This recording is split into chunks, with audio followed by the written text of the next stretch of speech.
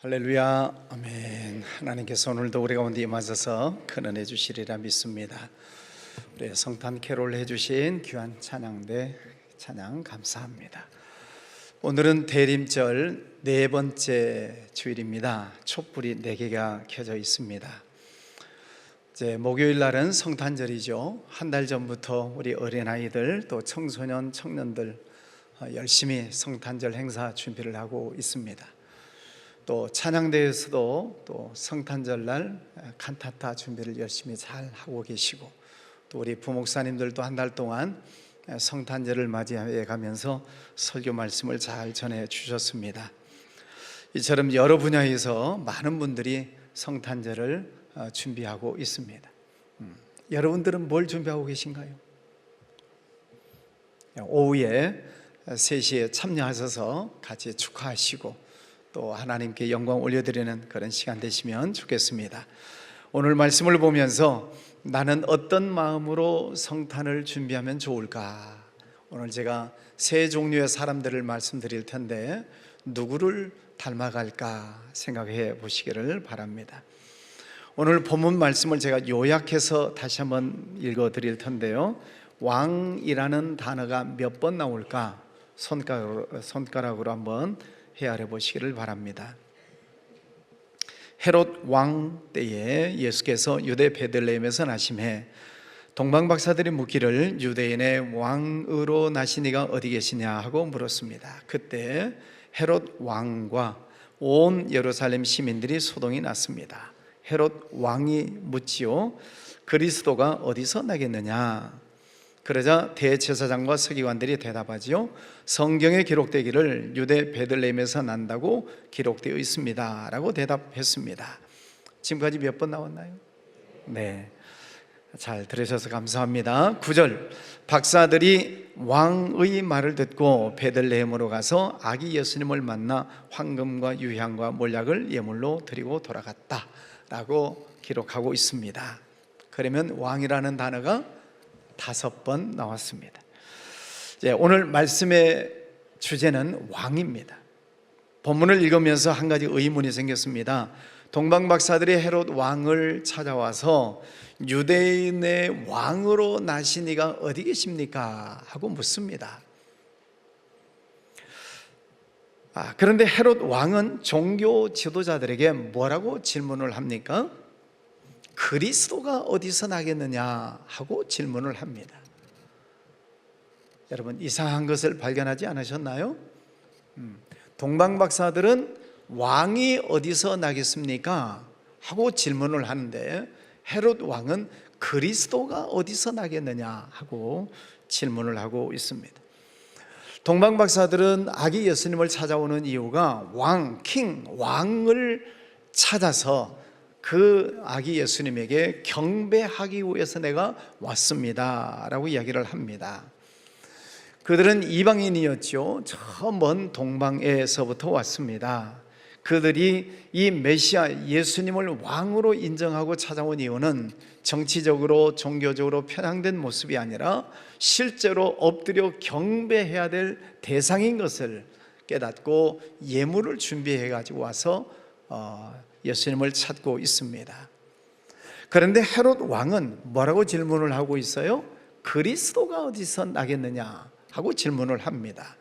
왜 왕이라는 질문에 그리스도라는 말로 대답을 할까요? 자, 이 문제를 풀고 넘어가야 되겠습니다. 당시 유대인 사이에서는 진정한 유대인의 왕은 메시아라고 생각을 합니다. 메시아, 그리스도는 같은 말입니다. 메시아는 히브리어이고 그리스도는 헬라어입니다. 같은 단어입니다.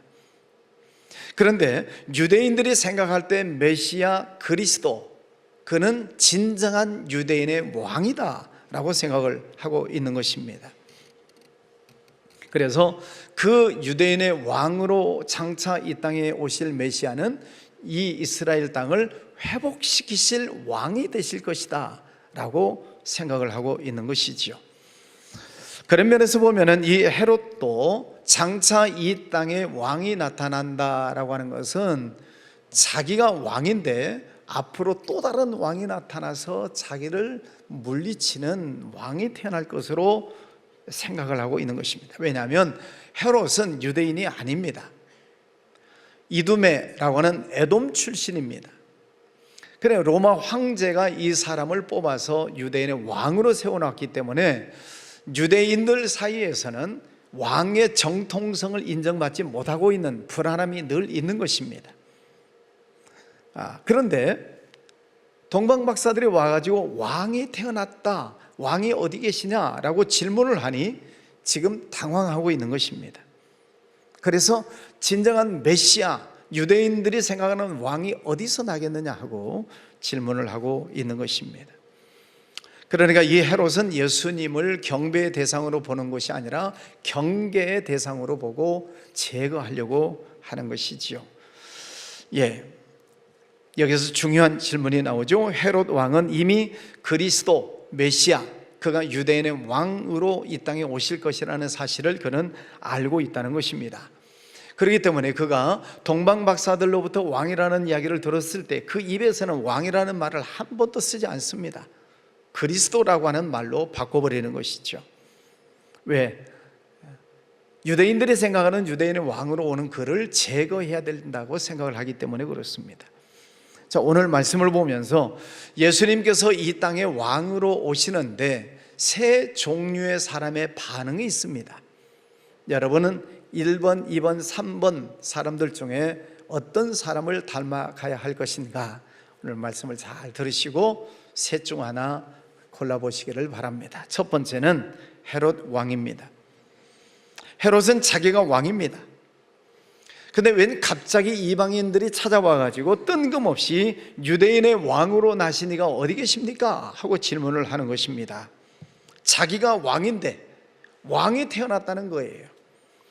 여러분 한번 생각해 보세요. 그러면은 이 헤롯 왕 입장에서 그 말을 들었을 때 기분이 나빴을까요? 삼삼했을까요? 굉장히 나빴을 거예요. 내가 왕인데 나 말고 또 다른 왕이 태어났다는 말이냐?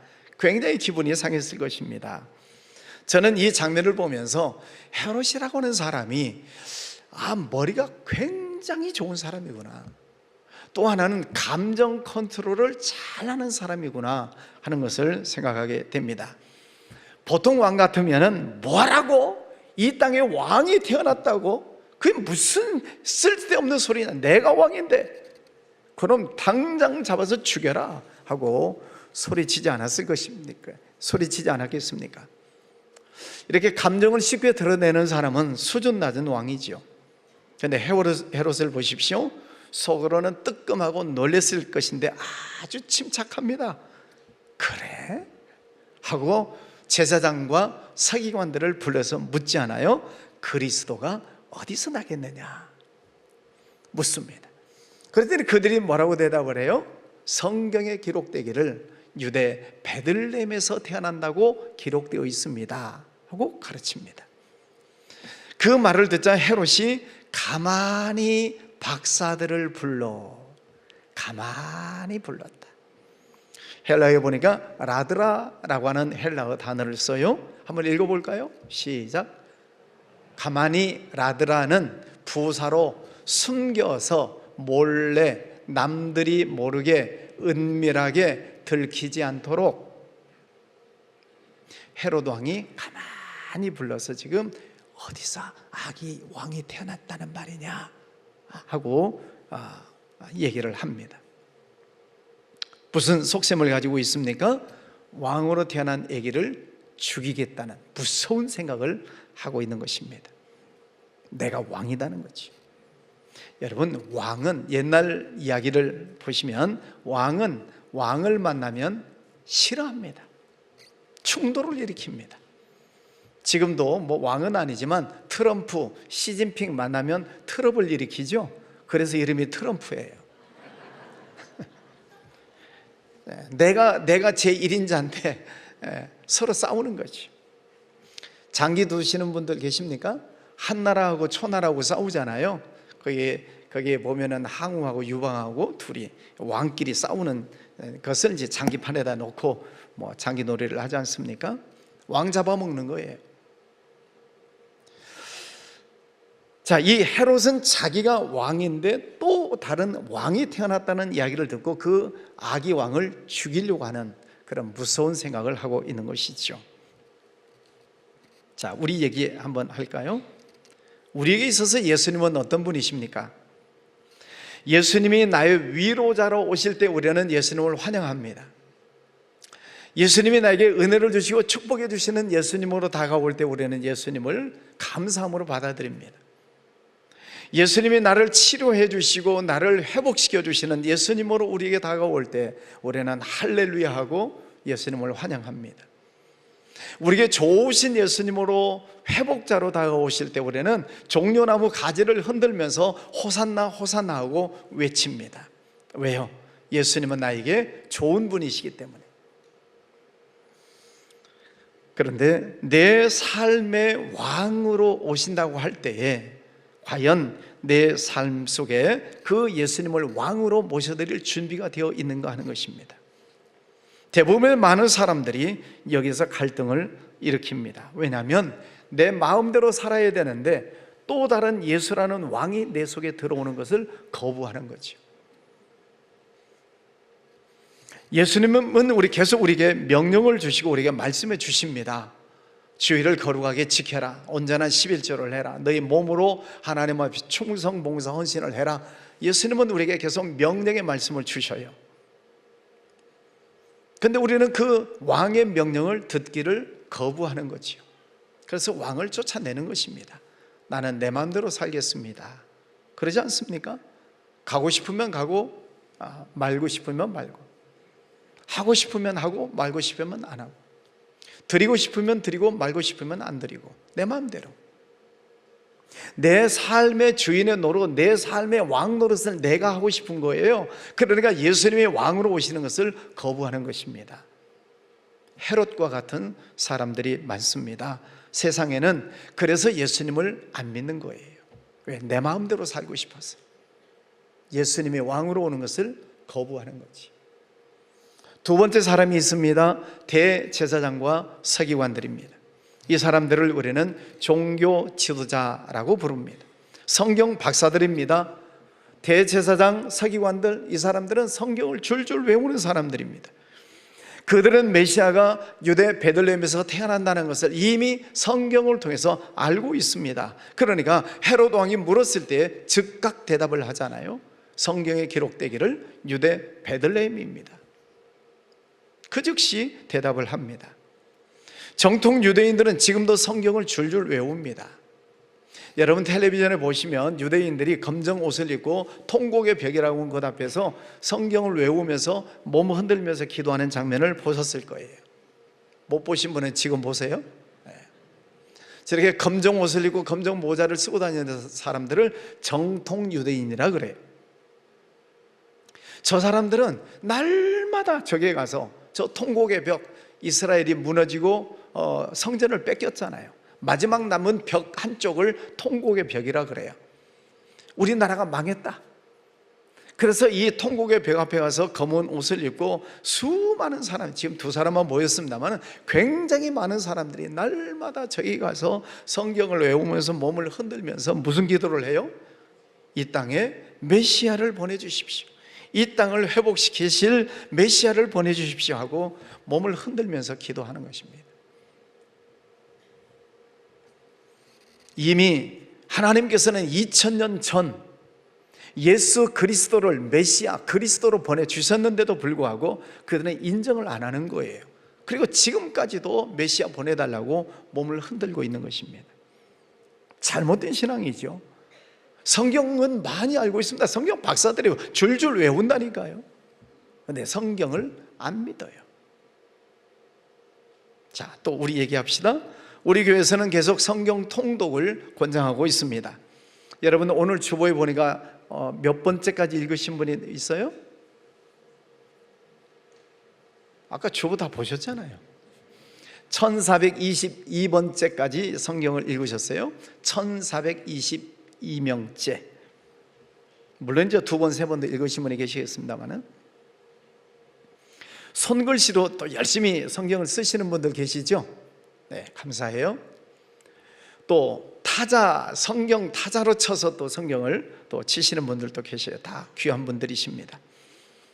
지난주 한 권사님이 저에게 오셔서 목사님 제가 성경을 10번 타자를 쳤습니다. 와, 대단하십니다. 아니 직장일은 언제 하시고 잠은 언제 가고 성경을 여기 10번이나 치셨습니까? 시간 날 때마다 쳤어요. 근데 우리 교회에서 자기보다 더 많이 치신 분이 계시대요. 그 두 분이 저쪽 찬양대 앉아 계셔요. 직장일은 언제 하시는지 모르겠습니다. 하여튼 대단하신 일입니다. 그래서 성경을 열심히 치고 있다고 그래서 제가 권사님에게 그랬어요. 권사님 참 잘하시는 일인데 성경은 치는 게 아니고 지키는 거예요. 앞으로 성경을 치지 마시고 성경을 잘 지키시기를 바랍니다. 그렇게 말씀을 드렸어요. 대제사장 서기관들 굉장한 사람들입니다. 누구 못지않게 성경을 잘 아는 성경 박사들입니다. 서기관들은 성경을 옮겨 쓰는 사람들이에요. 지금은 뭐 인쇄해서 책에 나오지만은 그 당시에는 그게 없으니까 성경 원본을 놓고 파피루스, 갈대 잎을 쭉 펼쳐가지고 종이를 만든 것을 파피루스라 그래요. 아니면 양피지, 양 가죽을 말려가지고 거기에다가 성경을 옮겨 써요. 히브리어 조금 전에 잠깐 보셨습니다만은 히브리어는요 점 찍는 게 많아요. 점 밑에다가 2개 찍냐 1개 찍냐 옆에다가 찍냐 밑에다가 찍냐에 따라서 이 단어가 달라져요. 그래서 예수님이 1.1획도 틀리지 않는다 그런 말씀을 하시잖아요. 점 찍는 게 굉장히 중요합니다. 그래 이 서기관들은 성경 원문을 보고 성경을 옮겨 쓰기 때문에 얼마나 조심스럽게 쓰겠습니까? 그래서 성경을 외우는 거예요. 예, 우리 교회에서도 열심히 성경 쓰시는 분들 감사합니다. 열심히 쓰시기를 바랍니다. 그분들 얘기를 들어보면 성경을 읽을 때하고 쓸 때하고 은혜가 다르다 그래요. 성경을 쓸 때는 훨씬 더 은혜가 되고 더 큰 감동을 받는다는 그런 말씀을 하십니다. 성경을 또 외웁시다 하고 몇 년 전에 말씀을 드렸어요. 코로나 때. 그래서 지금 1000구절을 외웁시다 하고 제가 도전을 말씀을 드렸는데 800구절까지 외우신 분이 있어요. 오늘 주보에 나왔죠. 네. 어떤 권사님은 또 500구절 외우신 분도 있고 어떤 분은 쳐다도 안 보는 분도 있고 지금 그래요. 이제 800구절을 외우신 집사님이 목사님 빨리 9권 10권을 만들어 주세요 그래가지고 마지막 이제 10권까지 만들어냈어요. 사진 보시죠. 전교인 성경 암송 9권 10권 이제 1000구절을 다 완성을 했습니다. 관심 있는 분들은 이제 작은 소책자니까 백속에 넣어가지고 다니시면서 보시고 또 외우시면 좋겠습니다. 성경을 읽는 것, 성경을 쓰는 것, 성경을 외우는 것 중요합니다. 그래서 요한계시록 1장 3절 말씀에 보면 이 예언의 말씀을 읽는 자와 듣는 자와 그 가운데 기록한 것을 지키는 자가 복이 있다 이렇게 말씀을 하십니다. 여러분 읽는 자가 복이 있다고 그랬으니까 열심히 읽으시기 바랍니다. 또 듣는 자가 복이 있다고 그랬으니까 성경 말씀도 열심히 잘 들으시기를 바랍니다. 아멘을 아직도 안 하신 분을 위해서 마지막 한 번 더 이 말씀을 지키는 자가 복이 있다고 그랬으니까 하나님의 말씀을 잘 지키시기를 바랍니다. 예, 다 복이 있는 분들이십니다.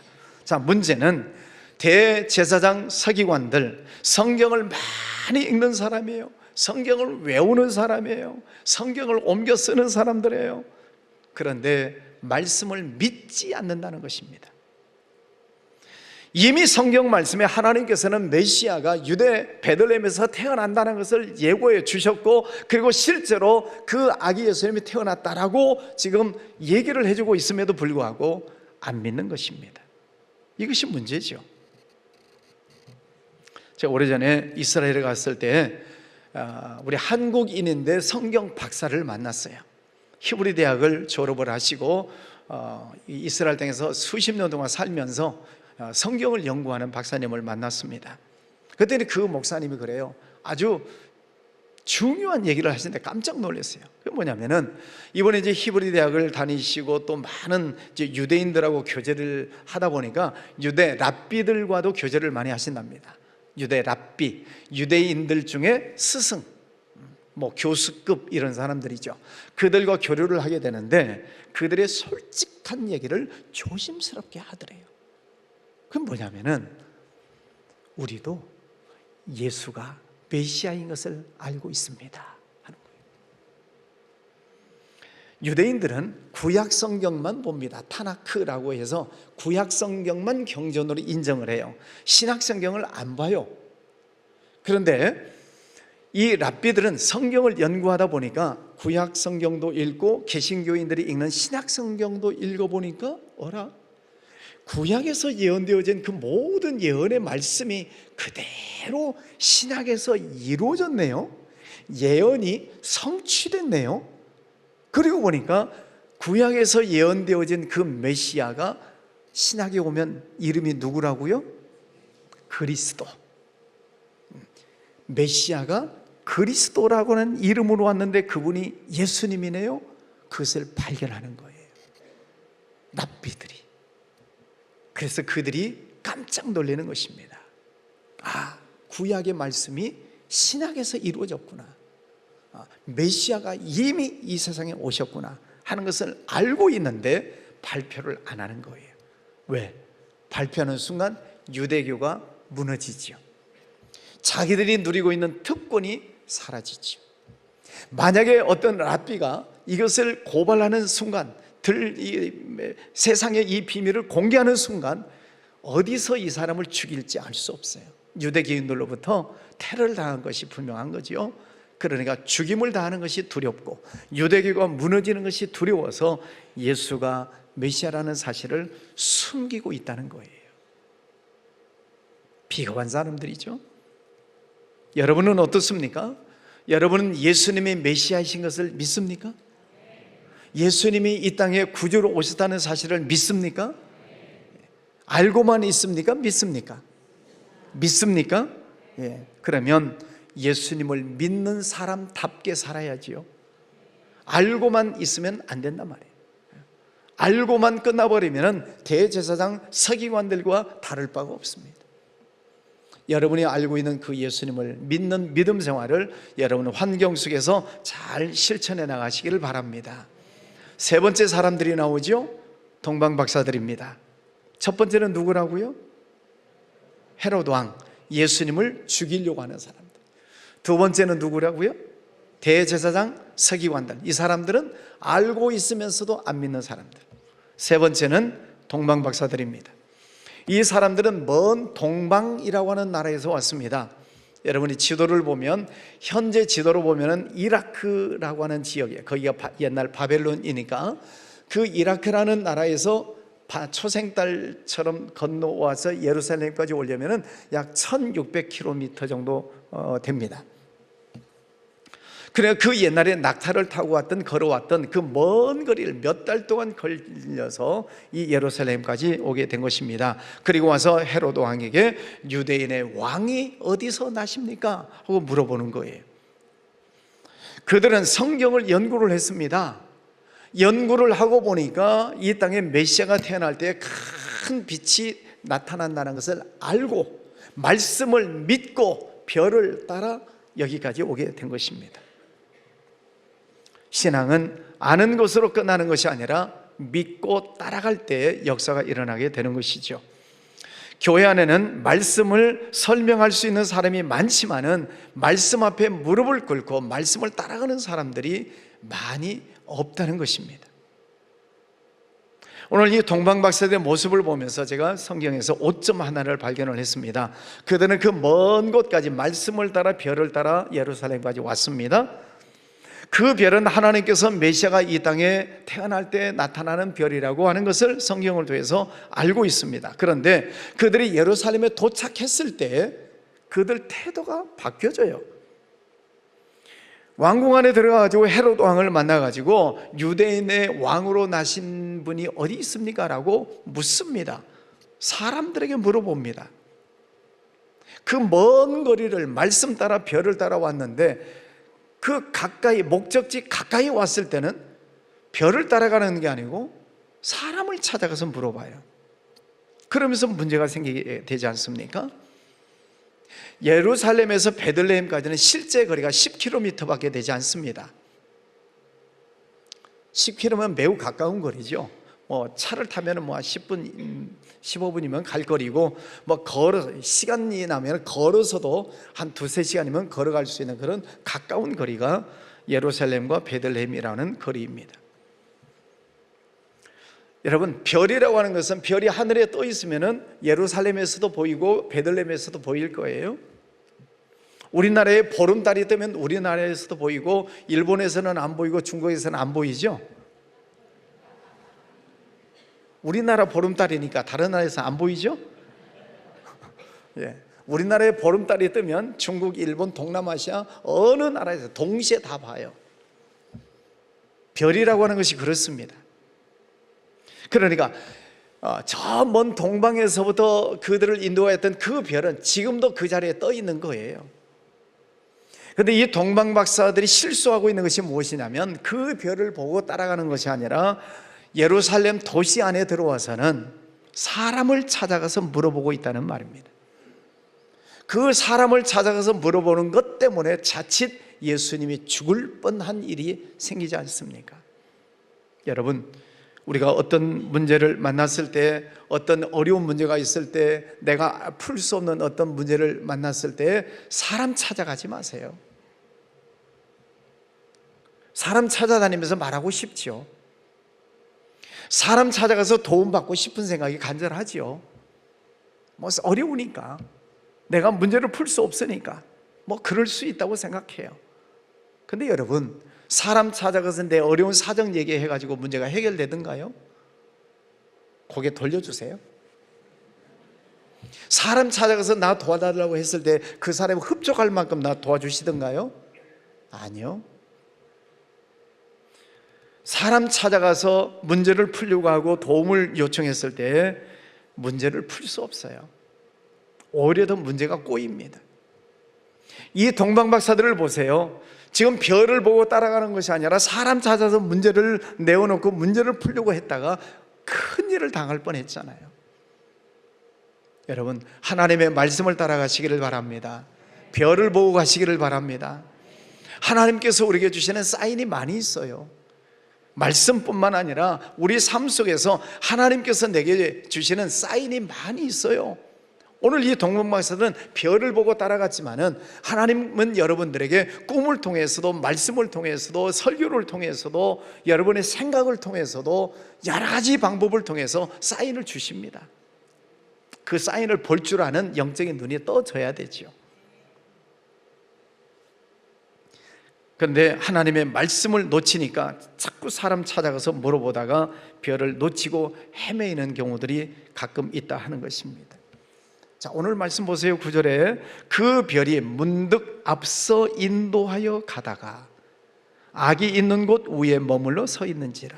10절 그들이 별을 보고 매우 크게 기뻐하고 기뻐하더라. 그 별이 사라졌다가 갑자기 나타났나요? 거기 있었어요. 그죠? 동방에서부터 계속 인도에 온 별은 그 자리에 있는 거예요. 그런데 이 박사들이 별을 보지 않고 사람을 찾아가서 이 얘기를 하다 보니까 지금 길을 헤매버리는 것입니다. 그러다 정신 차리고 보니 그 별이 있고 그 별을 따라갔더니 베들레헴 아기 예수님을 만나게 됐다는 얘기지요. 그 별은 박사들이 사람을 만나 물어보고 헤매는 동안에도 별은 여전히 그 자리에 있었습니다. 이게 무슨 말입니까? 우리가 헤매이고 있는 동안에도 하나님은 여전히 우리 위에 계시다는 뜻입니다. 믿습니까? 하나님은 사라졌다 나타나시는 그런 분이 아니에요. 하나님은 항상 그 자리에 계시고 하나님은 항상 우리의 앞길을 인도해 가시려고 우리 앞서 가시는 분이 하나님이신 줄 믿습니다. 그러므로 문제가 있을 때, 어려움이 있을 때 하나님은 보시고 하나님 내게 어떤 사인을 주시는가, 어떤 말씀을 주시는가, 거기에 집중을 하세요. 그래서 나와서 기도하시고 말씀 들으시고 하나님을 바라보는 그런 우리의 믿음의 눈이 떠지게 될 때 비로소 별을 보고 기뻐하고 기뻐하더라. 하나님을 만나는 역사가 일어날 줄 믿습니다. 동방박사들은 드디어 그 별을 따라가서 아기 예수님을 만났고 경배하고 준비해온 예물을 드리고 하나님께 영광 올려드리는 모습을 발견하게 됩니다. 황금을 드렸다는 것은 왕을 인정한다는 것입니다. 유향을 드렸다는 것은 하나님께 예배를 드린다는 것입니다. 몰약을 드렸다는 것은 예수님의 죽으심을 상징하는 것입니다. 그들은 자기들이 준비한 예물을 그저 와서 드렸을 뿐이지만은, 그러나 성경학자들은 그들이 우연히 드린 것이 아니라 이렇게 어마어마한 깊은 내용이 담겨져 있는 예물을 드렸다고 이야기하고 있습니다.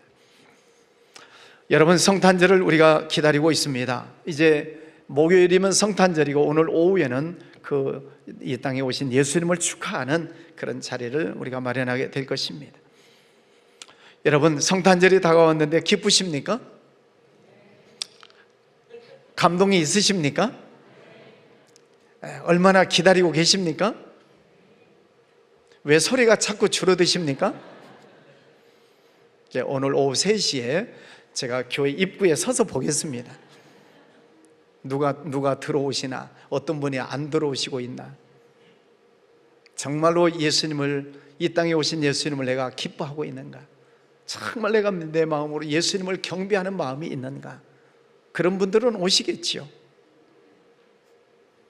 무언의 압박을 하는 것입니다. 오후 3시에 오셔서 이 땅에 오신 예수님을 같이 찬양하고 또 같이 축하하고 또 하나님께 영광 올려드리는 그런 시간이 되시면 좋겠습니다. 네. 예수님은 나의 왕으로 이 땅에 오셨습니다. 예수님은 나의 하나님이십니다. 예수님은 나의 구주이십니다. 그 예수님을 우리가 환영하고 또 축하하고 경배를 드리는 시간들이지요. 중요한 말씀이 마지막 절에 나옵니다. 12절, 다른 길로 고국에 돌아가니라. 이게 무슨 뜻입니까? 예수님을 왕으로 만난 사람은 다른 길로 가야 돼요. 왔던 길로 다시 왕궁에 들어갔더라면 난리가 나는 거죠. 여러분, 예수님을 왕으로 만나셨습니까? 예수님을 구주로 영접하셨습니까? 그러면 이전에 살던 길과 다른 길로 가셔야 돼요. 변화된 삶의 길로 가셔야 됩니다. 예수님을 믿는 삶의 자리로 돌아가셔야 됩니다. 옛날 생활로 다시 가서는 안 된다, 그런 뜻입니다. 다른 길로 고국에 돌아가니라. 그래서 그들도 살았고 예수님도 살고, 우리가 예수님을 나의 왕으로 모셨다면 우리 삶의 한 부분으로 예수님을 모셔드리는 것이 아니라 내 삶의 전부로 예수님은 나의 왕이십니다. 예수님은 나의 전부이십니다. 그 예수님을 내 마음의 구주로 영접하면 우리의 삶의 방향이 달라져야 된다는 거죠. 예수 믿는 사람답게 살아야 되고, 하나님께 영광 올려드리는 길로 살아야 되고, 꿈에 지시하는 길로, 성령이 인도하시는 길로 가야 되고, 다른 길로 가야죠. 여러분, 예수 믿는 사람답게 살아가시기를 바랍니다. 이 시간 여러분 고백하십시다. 따라서 합니다. 예수님은 나의 왕이십니다. 예수님은 나의 전부이십니다. 아멘. 기도하겠습니다. 거룩하신 아버지 하나님, 감사합니다. 오늘도 귀하고 복된 날을 허락하여 주셨습니다. 이 땅에 왕으로 오신 예수님, 이제 우리가 성탄절을 기다리면서 또 오늘 오후 우리 예수님을 찬양하고 경배하는 복된 시간들을 준비해 나가면서 예수님은 나의 왕이십니다. 내 마음 안에 오시옵소서. 이제 예수님과 함께 동행하며 살겠습니다. 승리하는 삶을 살겠습니다. 고백하며 나아갑니다. 거룩하신 아버지 하나님, 이 자리에 오셔서 영광받아 주시옵소서. 예수님 이름으로 기도하였습니다. 아멘.